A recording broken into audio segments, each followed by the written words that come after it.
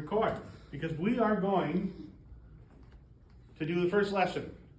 It's written there, how to get good video on a mobile device. You need to record this. You need to put it on YouTube, on a YouTube channel that is for this class that you're going to make, either right now or you may already have, possibly because you took me for Computer Applications 111. So, gotta record me.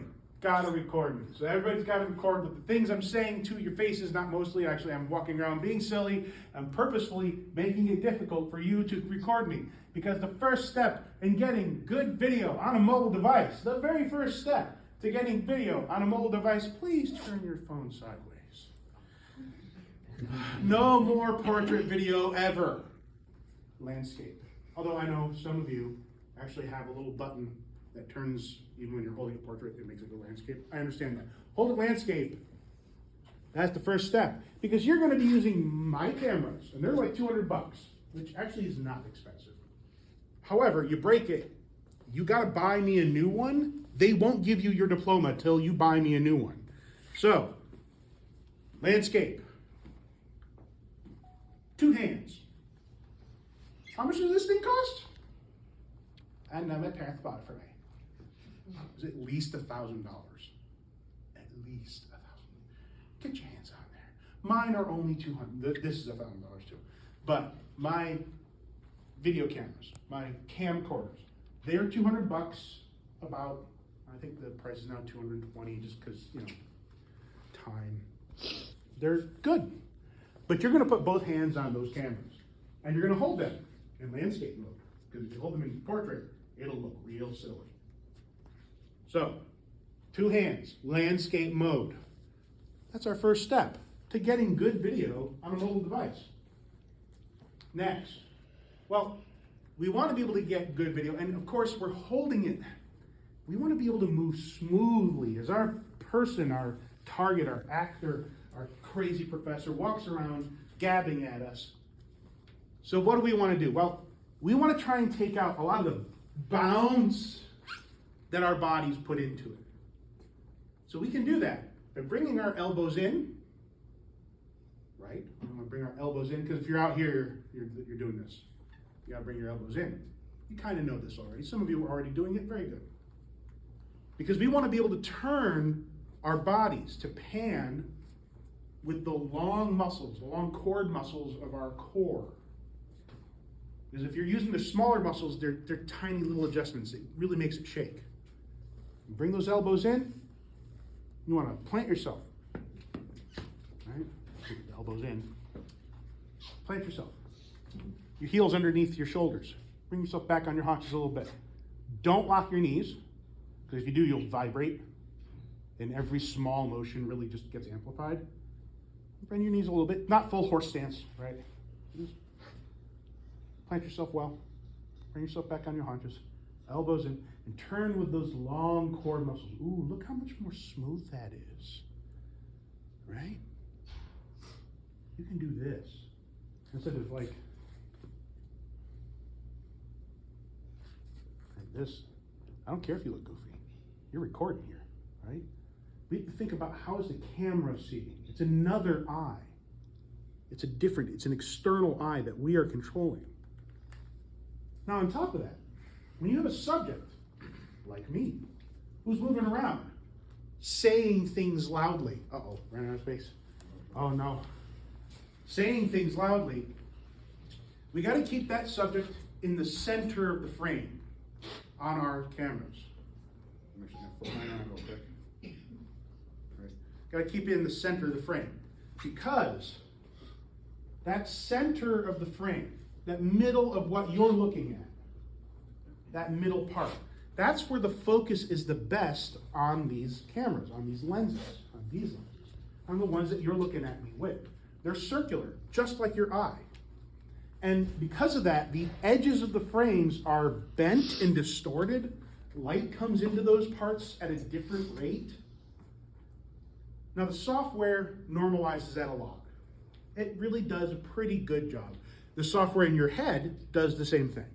It's taking that information and it's sort of glossing it out. It's kind of flattening it out a little bit. So you don't see that fisheye lens, fishbowl effect thing going on. as much as it's really happening. But what can really help is to try and keep things in that center 75%.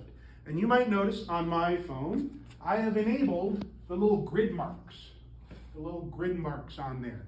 And a lot of phones have that functionality. Some of them even have the center 75 line, which actually puts a little border around the edges to help keep you off that border. The camcorders that we will be using for this class, I've already pre-enabled that on there. It doesn't, it doesn't put that on top of the video. It's just so that you can see it. It turns it on the screen itself. So if you can, turn on that grid. That will really, really help you get better video. Keeping somebody in that center 75%. Keep them out of the borders. Okay, I'll turn that back around. This way. Right. Okay. So now, we got 4 things so far. Landscape, both hands. Bring those elbows in. Let's stand nice. Center 75. Last one is this.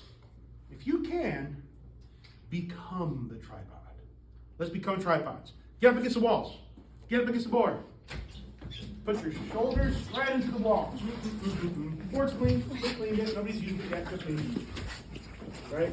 Get your shoulders on there. Okay. 1 foot out. 1 foot in.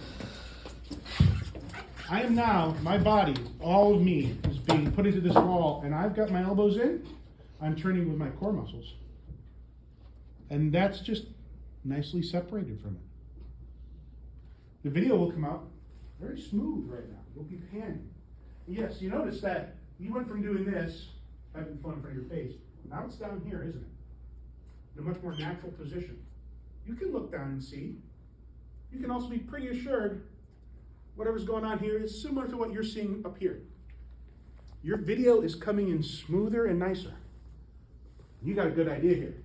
You know what's even better than getting up against a wall? If you can get up in a door frame. Ooh. Put your shoulder in. Put 1 foot up against. Put the other foot out.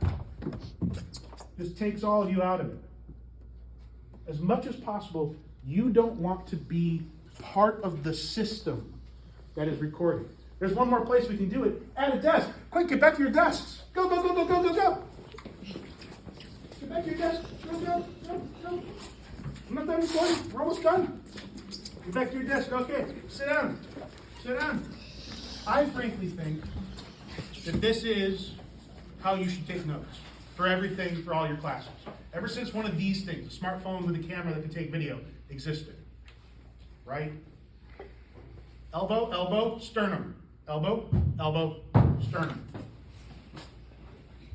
I can sit here rock solid, like an hour. Why would I write down the notes? Just record. Right? Just got to be a little mindful of your own breath getting in there. But I mean, look, it's solid, steady. Right? It's not bouncing in your hands. You can still turn a little bit. You can just kind of scooch. But you're putting your body and all your weight into that table, and now it's not in the phone. You're just holding the phone. It's pointed at your target.